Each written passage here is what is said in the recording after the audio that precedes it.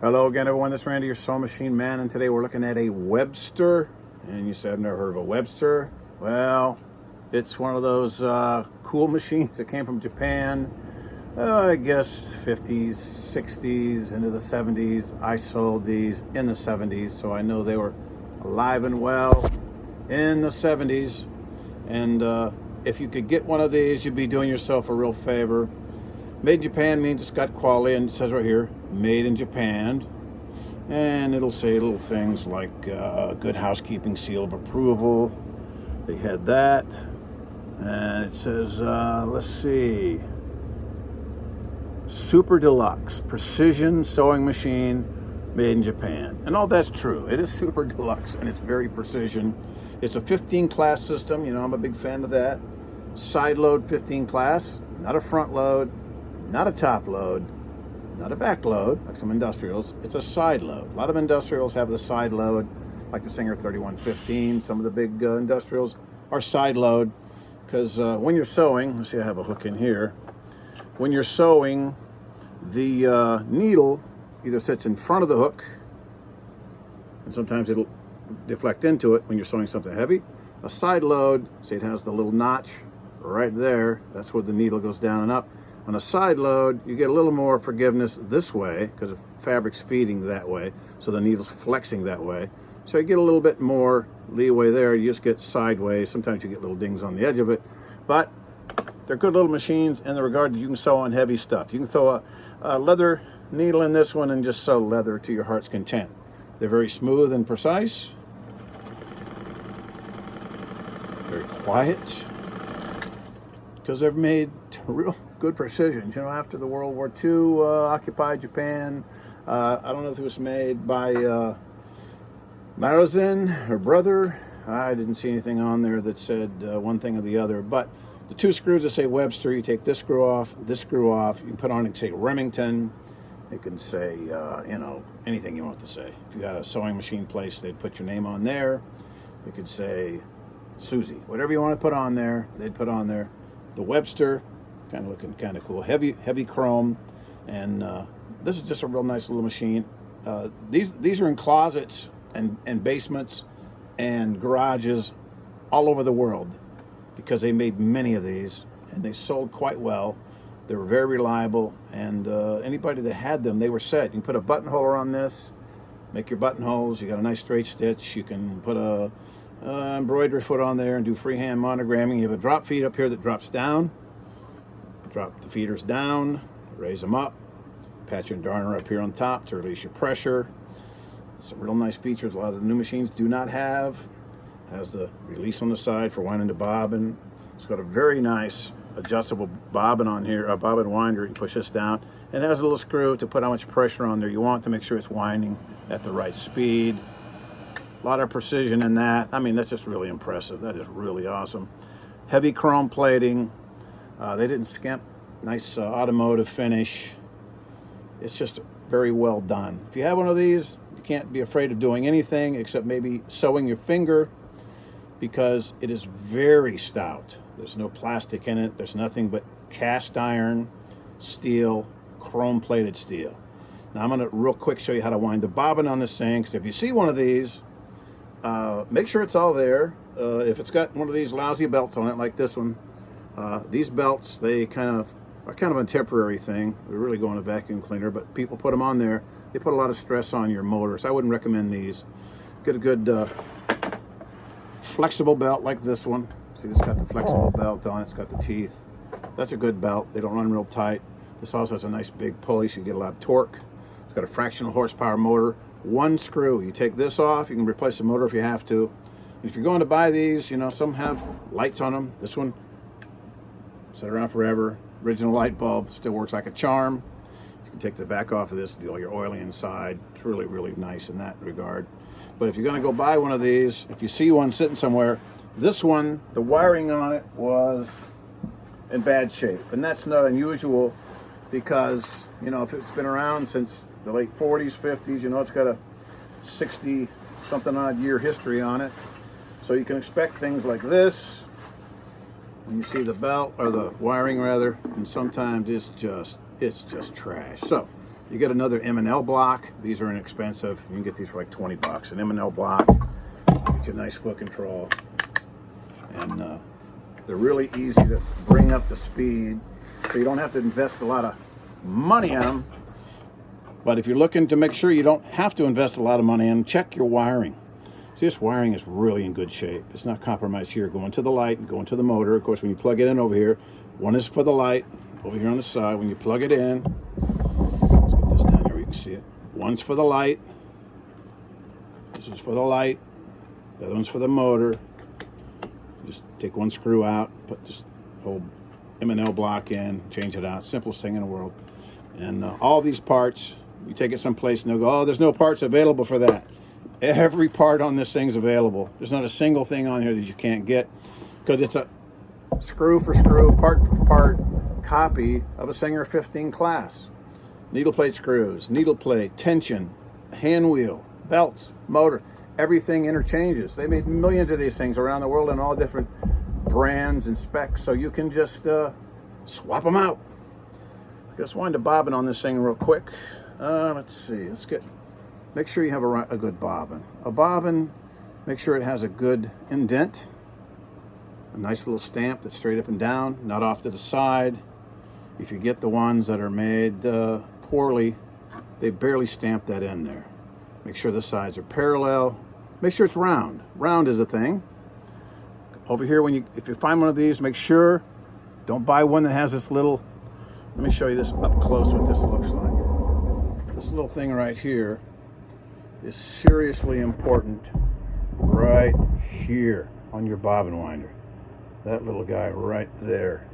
Let's put the light on it. If you're going to buy one of these, make sure it's got that little pin that sticks out right there. That fits in this little slot right here.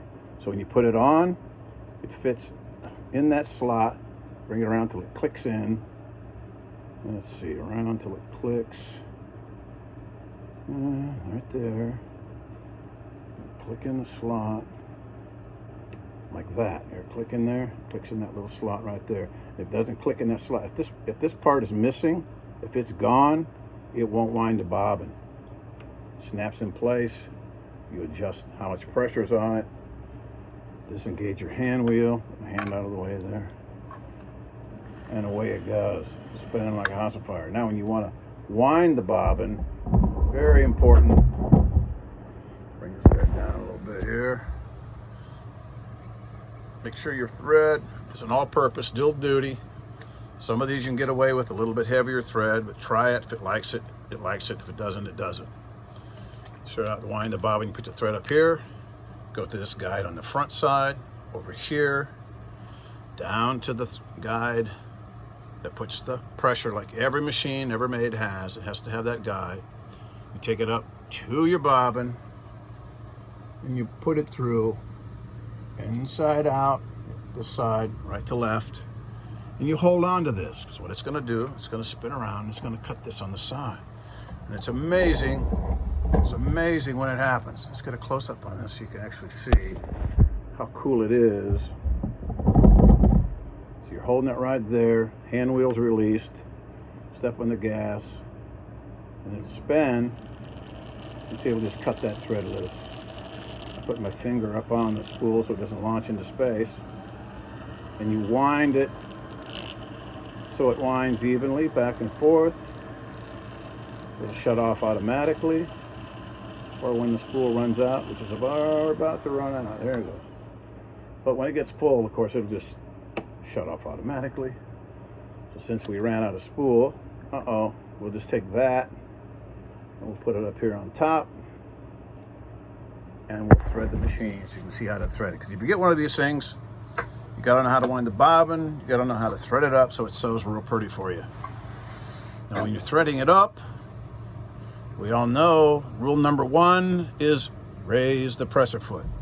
If you don't raise the presser foot, you've already misthreaded the machine. You have to raise the presser foot, because what that does is it spreads the tension discs open. Get this old thread off of here, like so. Now we're going to be over here at the spool,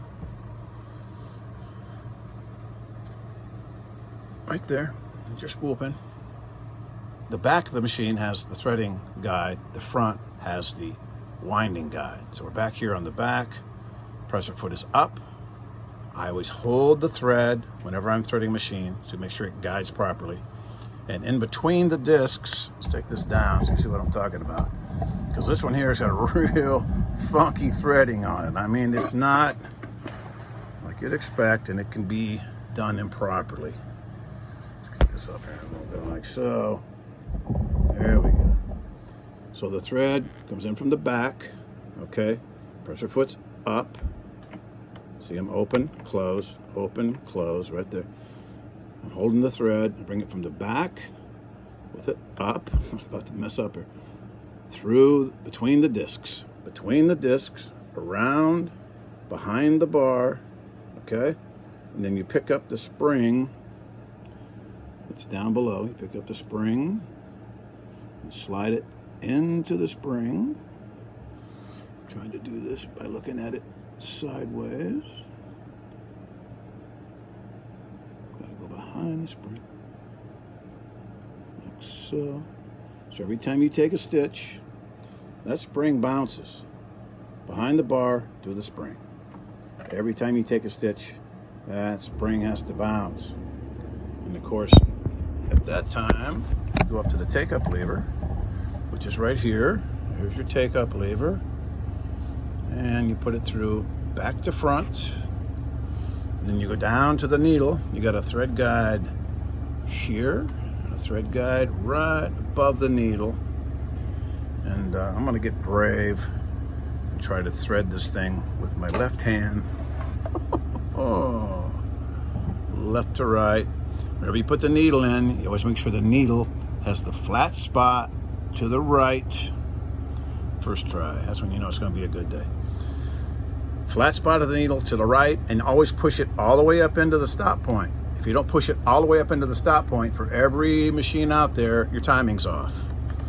And you'll go crazy trying to figure out why it's skipping stitches or breaking needles or just wreaking havoc on your threading. So that's how you thread it. And you always lower it, you pull, make sure you got it seated properly. You'll feel that resistance, like someone has a hold of it and won't let go. And then you put your fabric in, hold both of your threads to the rear, hold them tightly, step on the gas, away you go.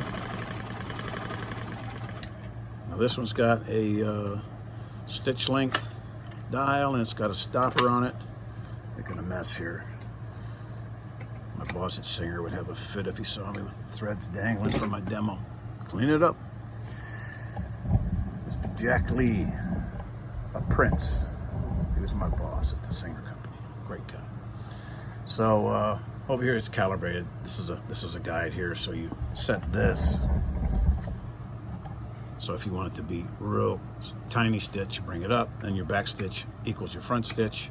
Bring it all the way down, and your back and front equal. So this is just a little stop guide here that throws a lot of people off. What is that for? That's for stopping your stitch, like right there. If you want to have forward and back, here's a little bit longer. Slide this down, a little bit longer, forward and back. Put it at about 10 stitches per inch. Right there, that's your regular garment stitch from a factory.